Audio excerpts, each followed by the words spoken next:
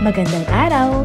Sama-sama tayong matuto sa Teacher Sal Learning Resource Channel.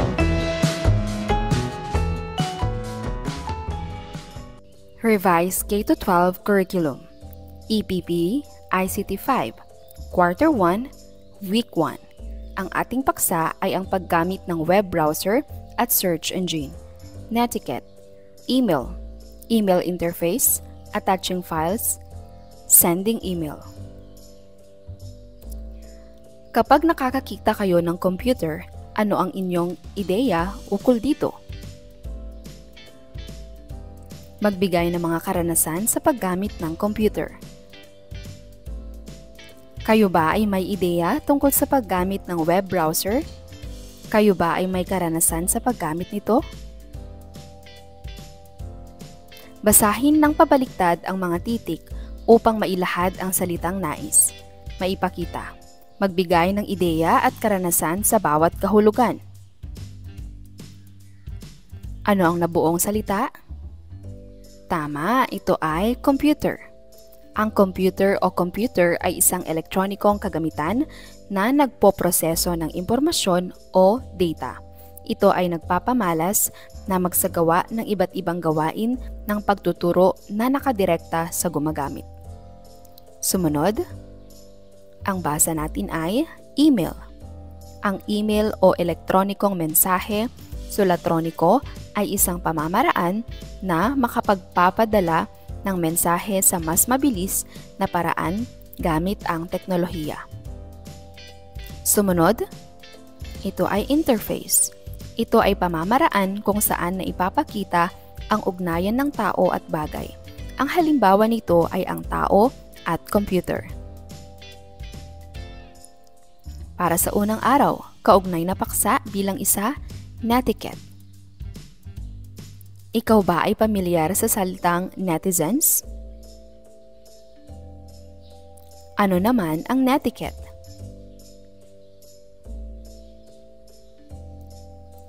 Ano ang netiquette? Ang netiquette ay kilala din sa tawag na online etiquette. Ito ay kasing halaga ng face-to-face manners. Bagamat may mga nuances sa pakikipag-usap online, ang ginintoang tuntunin ng pagtrato sa iba bilang gusto mong tratuhin ay palaging naaangkop. Narito ang mga patakaran sa netiquette. Tandaan na nakikipag-usap ka sa ibang tao. Piliin ang iyong mga salita ng matalino at gumamit ng kani-kanilang wika. Tandaan na kung hindi mo ito kayang sabihin sa harap ng isang tao, huwag itong sabihin online. Tandaan na nakikipag-usap ka sa isang tao, may damdamin at umiiwas sa masasakit na pananalita at kabastusan. Pangalawa, igalang ang privacy ng iba. Huwag magpasa ng mga pribadong mensahe, larawan at impormasyon nang hindi muna tinitingnan ang taong nagbahagi nito. Ang pagpapanatili ng tiwala sa iyong mga koneksyon ay mahalaga sa online at offline. Pangatlo, ipresenta ang iyong sarili ng mahusay. Karamihan sa iyong online na komunikasyon ay nakabatay sa text o chat. Kung ano ang iyong tinatype at post ay nagiging lalong mahalaga. Bigyang pansin ang nilalaman ng iyong mga post. Maaari itong maging kaakit-akit na mag-post ng mga nagpapasiklab na komento sa isang message board o sa isang chat room. Ngunit ang internet ay magpakailanman. Tandaan na ang mga flame war, pagmumura at content na nilayon na magdulot ng kontrobersiya ay itinuturing na hindi magandang netiquette. Tiyaking nagbabahagi ka ng lalaman mula sa mga makatotohanang website at artikulo. Gumawa ng mabilis na paghahanap sa web upang i-verify ang mga nilalaman ng isang artikulo bago ito ibahagi. Hindi lamang ito makatutulong sa iyo na makita ang mga peking app at peking balita, ngunit sa pamamagitan ng pagsuri sa katotohanan kung ano ang iyong ipopost, makakatulong ka na mabuo ang tiwala ng iba sa iyo. Pang-apat, maging mapanuri at matalino sa iyong mga binabahagi. Hindi mo kailangang ipasa ang bawat chain email na natatanggap mo o ibahagi ang bawat artikulong nabasa mo sa social media. Tumutok sa makabuluhang nilalaman at mga tunay na koneksyon sa halip na magbahagi para sa kapakanan ng pagbabahagi. Magpakita ng kagandahang loob sa iyong mga kaibigan, pamilya at katrabaho sa pamamagitan ng pagtugon sa isang napapanahong paraan. Ang pag-iwas sa isang mensahe ay maaaring humantong sa stress para sa isang taong naghihintay ng tugon. Ang isang magandang tuntunin ng thumb ay tumugon sa mga komunikasyong instant message muna. Pangalawa, ang mga email.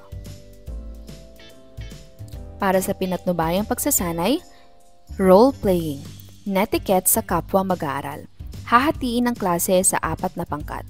Isasagawa ng bawat pangkat ang mga sumusunod na sitwasyon at isabuhay ang mga natutunan sa netiquette. Unang pangkat, pagtatanong kung ano ang gawain na ibinigay ng guro.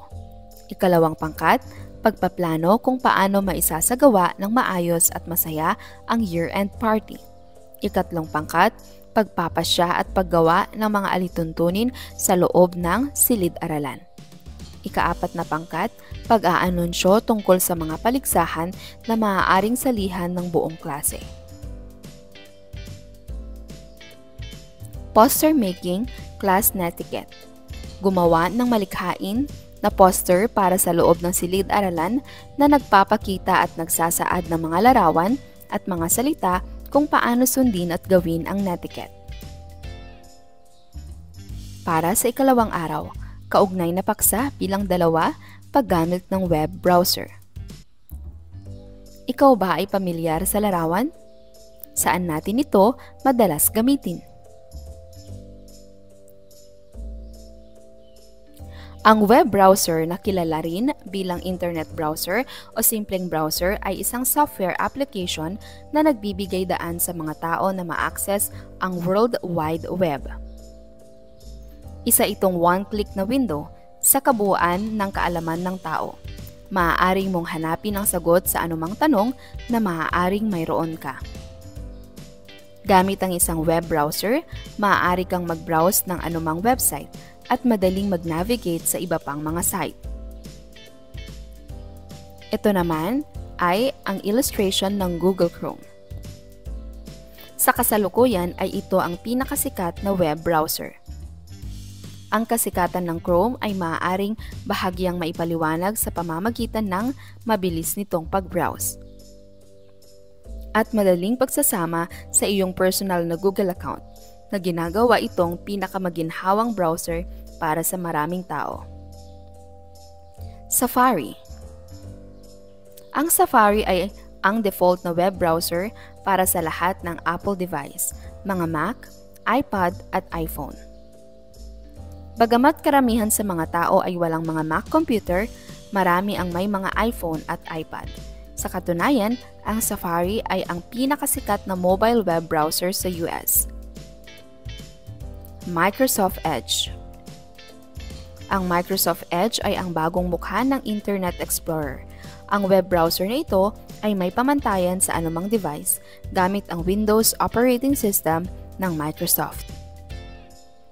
Mozilla Firefox. Naging isa sa pinakasikat na web browser application sa US. Isa ito sa pinakamaagang matagumpay na komersyal na web browser. Opera. Ang Opera ay bumuo ng isang matatag na base ng gumagamit sa mga nakaraang taon. Narito ang mga bahagi ng web browser. Title bar. Ito ay makikita sa pinakatuktok ng iyong web browser. Ang layunin ng title bar ay ipakita ang pamagat ng web page na kasalukuyan mong tinitingnan. Narito ang title bar. Sumunod ay ang address bar. Ito ay makikita sa ilalim ng title bar. Layunin nito na ipakita ang buong URL o address ng website. Narito naman ang larawan ng address bar. Toolbar icons. Ito ay makikita sa ilalim ng title bar. Ang toolbar ay kung saan makikita mo ang back button, forward, refresh button at iba pa.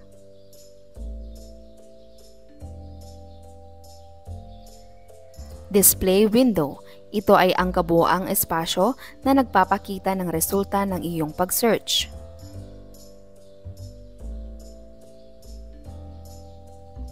Scroll bars. Ang mga scroll bar, kadalasang matatagpuan sa kanan ng display window, ay nagbibigay daan sa iyong mag-scroll, ilipat pababa o pataas ang web page.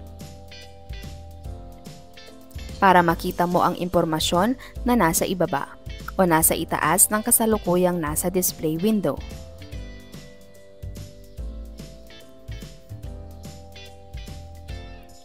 Ang bawat bahagi ng web browser ay nagbibigay ng gabay at kaalaman sa atin upang magamit ito ng maayos at tama.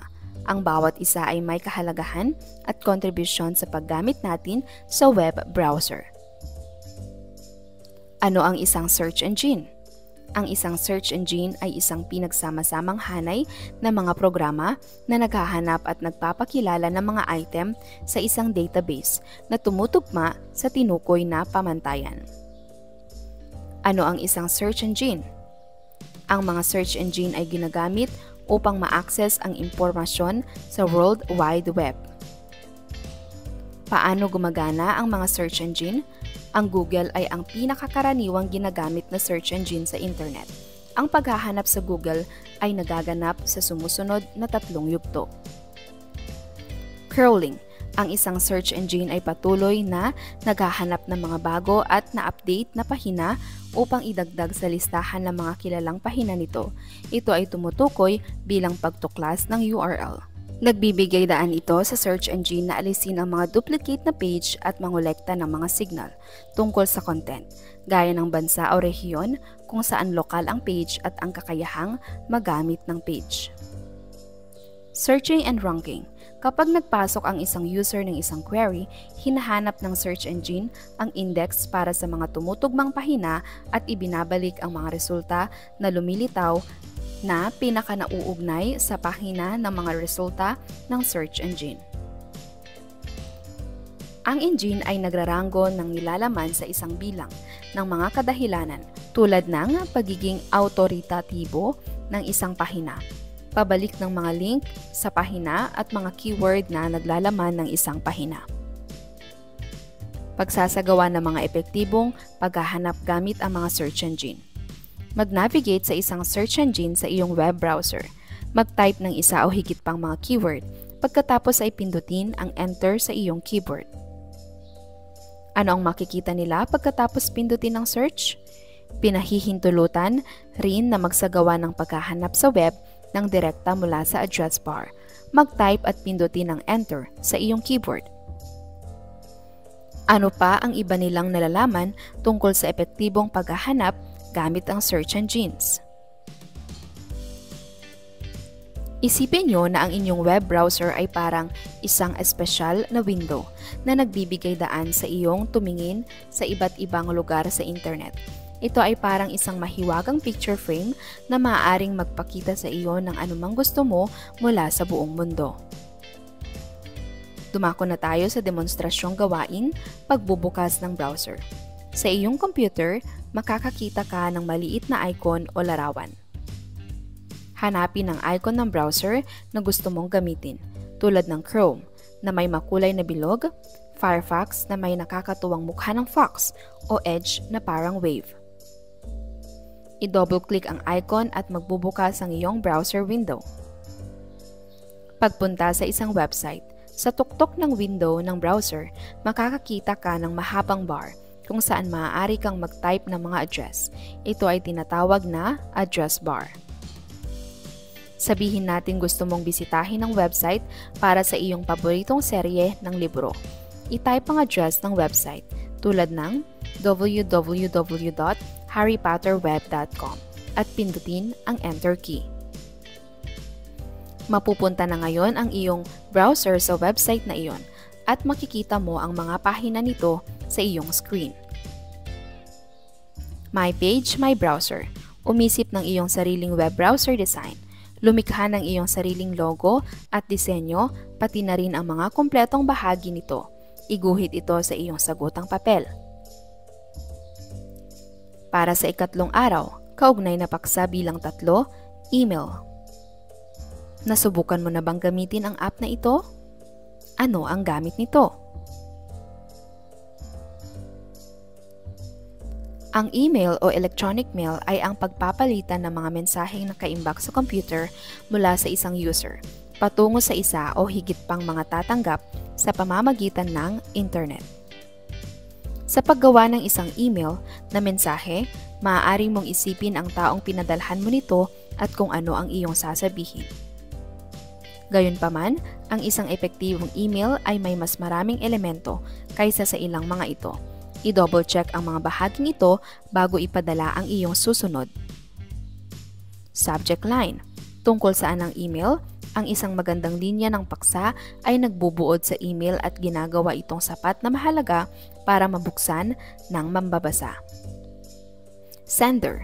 Ang email address ng taong nagpapadala ng mensahe ay lilitaw dito. Karamihan sa mga serbisyo ng email ay nagpapakita ng pangalan ng tao bago ang kanilang email address para mas madaling makilala sila. Kapag pinindot mo ang tugon, mapupunta lang ang iyong email sa taong ito. Recipient. Kung natatanggap mo ang mensahe, malamang na hindi lalabas dito ang iyong email address. Sa halip, maaari kang makakita ng mga salitang tulad ng "to me". Ang mga tatanggap ng mensahe ay maaari ding magsama ng mga email address sa mga seksyong ito. Carbon copy o CC. Mga taong tumatanggap ng email para sa kanilang sariling impormasyon, ngunit hindi inaasahang tutugon. Kapag pinindot mo ang reply all, matatanggap ng lahat ng address na ito ang iyong tugon. Blind carbon copy o BCC. Mga taong nakatanggap ng email ngunit hindi nakalista bilang mga tatanggap. Ginagamit ng mga nagpadala ang seksyong BCC kung ayaw nilang malaman ng mga tatanggap kung sino pa ang nakatanggap ng email. Hindi sila nakakatanggap ng reply all na mga tugon. Salutation. Pagkatapos ng linya ng paksa, ang iyong email na pagbati o pagbati ay ang susunod na bahagi na makikita ng tatanggap. Dapat itong tumugma sa tono na sinusubukan mong itakda sa natitirang bahagi ng iyong email. Email body. Ang email body ay naglalaman ng mensahe ng email. Ang mga mabisang email ay pinapanatiling maikli ang nilalaman ng body at nagdaragdag ng mas malawak na impormasyon sa mga attachment. Para sa mga formal na email, gaya ng mga mensahe sa isang tagapag-empleyo o mga email sa iyong guro, pinakamahusay na iwasan ang mga karaniwang pagdadaglat ng email. Closing, ito ay ginagamit upang magparamdam ng magalang na pagtatapos ng liham. Ang pagsasara na pipiliin mo ay dapat tumugma sa tono ng natitirang bahagi ng email, kasama sa mga formal na pagsasaraang taus-puso at salamat. Signature. Maaaring mag-sign off ang mga friendly letter gamit ang pangalan ng nagpadala. Ngunit maraming mga email accounts sa negosyo ang may mga seksyon ng lagda na kinabibilangan ng posisyon ng nagpadala, kumpanya at maging logo ng kumpanya. Ang mga pinalawig na lagda na ito ay nakakatulong kapag nakikipag-ugnayan sa mga kliyente o empleyado mula sa ibang mga kumpanya. Attachments. Ang isang email ay maaaring may kasamang attachment na nagbibigay ng higit pang impormasyon. Ang attachment ay maaaring isang dokumento para sa pagsusuri, isang larawan na ibabahagi o anumang iba pang uri ng file. Narito ang mga bahagi ng email: subject line, sender, recipient, carbon copy, salutation, email body, closing, at signature. At ang pinakahuli ay ang attachment. Magsimulang magsulat ng email sa isang tao gamit ang compose icon. screenshot ng Workspace ONE Boxer na mag-email icon sa kanang ibaba. Attaching files. Ang video na nasa link ay maaaring ipanood sa klase upang mas makita at maintindihan ng mag-aaral ang bawat hakbang. Ito ay pinamagatang Paano mag-send ng file sa Gmail for Beginners, Teacher Kevin PH. Sending email. Ang email ay isang mahusay na paraan ng pakikipag-ugnayan sa mga kaibigan at pamilya sa isang pindutan, kahit saang dako man ng mundo ang iyong kinaroroonan. Ang mga sumusunod na hakbang kung paano magpadala ng email gamit ang isang Gmail account. Gayunpaman, maraming email account o application ang sumusunod sa katulad na proseso para sa paggawa at pagpapadala ng bagong mensahe. Sundin ang mga sumusunod na tagubilin na ito upang magpadala ng email. Mag-login sa iyong Gmail account upang ikaw ay mapunta sa dashboard, pangunahing pahina ng iyong mail account. Pindutin ang Compose. Magbubukas ang isang bagong blankong email window. Sa kahon na to, i-type ang email address ng tatanggap. Kung gusto mong magsama ng ibang tao sa iyong email para panatilihin sila sa loop, magagawa mo ito sa pamamagitan ng pag-click sa CC o BCC na magbubukas ng isa pang field. Ang ibig sabihin ng CC ay carbon copy at BCC ay nangangahulugang blind carbon copy. Ang pagdaragdag ng email address sa field na CC ay nangangahulugan na ang taong iyon ay makakatanggap ng kopya ng email at makikita ng lahat ng iba pang tatanggap ang kanilang email address. Kung ang isang email address ay inilagay sa field na BCC, ang tao ay makakakuha ng kopya ng email ngunit walang ibang tatanggap ang makakakita sa address na iyon.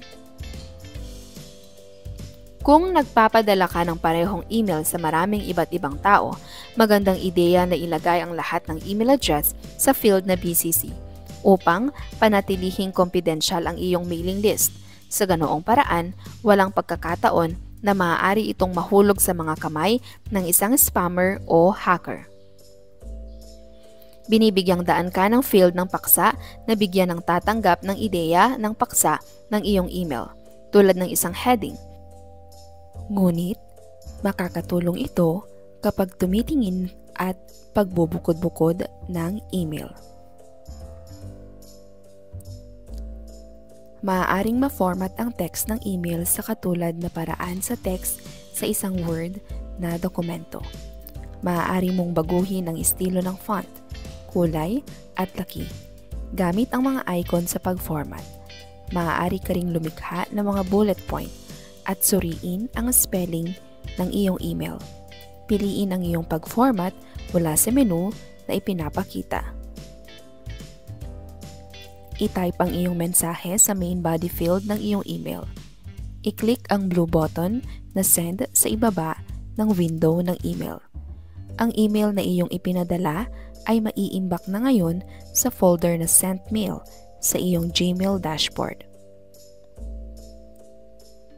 Para naman sa pagtanggap ng email, ang iyong mga email ay ipinapakita ng magkakasunod sa inyong inbox, kasama ang mga pinakabagong email na natanggap sa itaas. Ipinapakita sa iyo ng nakabold na numero sa tabi ng iyong inbox ang bilang ng mga hindi pa nababasang email sa iyong inbox. Para sa pinatnubayang pagsasanay, isipin natin na nakatanggap ka ng email mula sa iyong kaibigang si Jamie tungkol sa isang paparating na birthday party. Kapag binuksan mo ang email, makakakita ka ng iba't ibang section.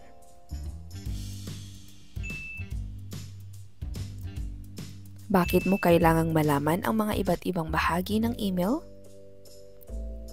Mahalaga ba ang mga ito? Paggawa ng jingle. Ang klase ay hahatiin sa 4 na pangkat. Ang bawat pangkat ay gagawa ng jingle na naglalaman ng liriko na makakatulong sa kanila upang makabisado ang bahagi ng email. Ang klase ay bibigyan ng sapat na oras upang sumulat ng kanta at pag-ensayo bago ito i-perform sa harap ng klase. Para sa pabaong pagkatuto, 3, 2, 1. Magbigay ng 3 bagay na iyong natutuhan, 2 bagay na nagustuhan mo, at 1 bagay na nais mo pang malaman. Gen Alpha. Sagutin ang mga tanong bilang kinatawan ng Gen Alpha Generation. Sa paanong paraan mo maipapakita ang tamang paggamit ng teknolohiya? Ano-ano ang kahalagahan ng netiquette sa iyo bilang isang mag-aaral? Ano ang mga bagay na dapat laging isaisip at isapuso sa tuwing gagamit ng kahit anong uri ng teknolohiya? Para sa inyong pagsusulit, multiple choice. Basahin at unawain ang bawat pahayag. Piliin ang tamang sagot at isulat ito sa iyong sagotang papel. Ano ang tawag sa isang software application na nagbibigay daan sa mga tao na ma-access ang World Wide Web? A. Computer, B. Keyboard, C. Mouse, D. Web browser. Anong web browser ang kadalasang ginagamit para sa lahat ng Apple device tulad ng mga Mac, iPod at iPhone?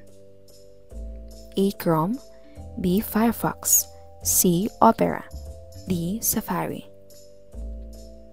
Anong web browser ang pinaka-ginagamit sa kasalukuyan?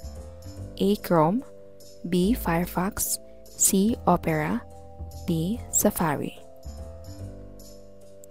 Anong bahagi ng web browser ang nagpapakita ng pamagat ng web page na iyong tinitingnan? A. Address bar, B. Display window, C. Title bar, D. Scroll bar. Anong bahagi ang naglalayon na maipakita ang buong URL o address ng website? A. Address bar, B. Display window, C. Title bar, D. Scroll bar. Anong bahagi ang may sakop na buong espasyo at nagpapakita ng resulta ng iyong pag-search? A. Address bar, B. Display window, C. Title bar, D. Scroll bar. Ano ang tawag sa pinagsama-samang hanay ng program ang naghahanap at nagpapakilala ng mga item sa isang database na tumutugma sa tinutukoy na pamantayan? A. Browser, B. Computer, C. Search engine, D. Windows. Anong yugto sa pag-search ang naghahanap ng bago at updated na pahina at tumutukoy sa pagtuklas ng URL at suriin ang nilalaman nito? A. Crawling, B. Displaying, C. Indexing, D. Searching and ranking. Anong yugto sa pag-search ang nagraranggo ng nilalaman sa isang bilang ng mga kadahilanan tulad ng pagiging autoritatibo ng isang pahina, pabalik na mga links sa pahina at mga keyword na naglalaman ng isang pahina? A. Crawling, B. Displaying, C. Indexing, D. Searching and ranking. Ano ang tawag sa nararapat na ugaling dapat na ipinamamalas sa pagkikipag-usap online? A. Etiquette, B. Netiquette, C. Obedient, D. Passionate. Anong bahagi ng email ang nagpapakita ng email address ng taong nagpadala ng mensahe? A. Closing, B. Email body, C. Salutation, D. Sender.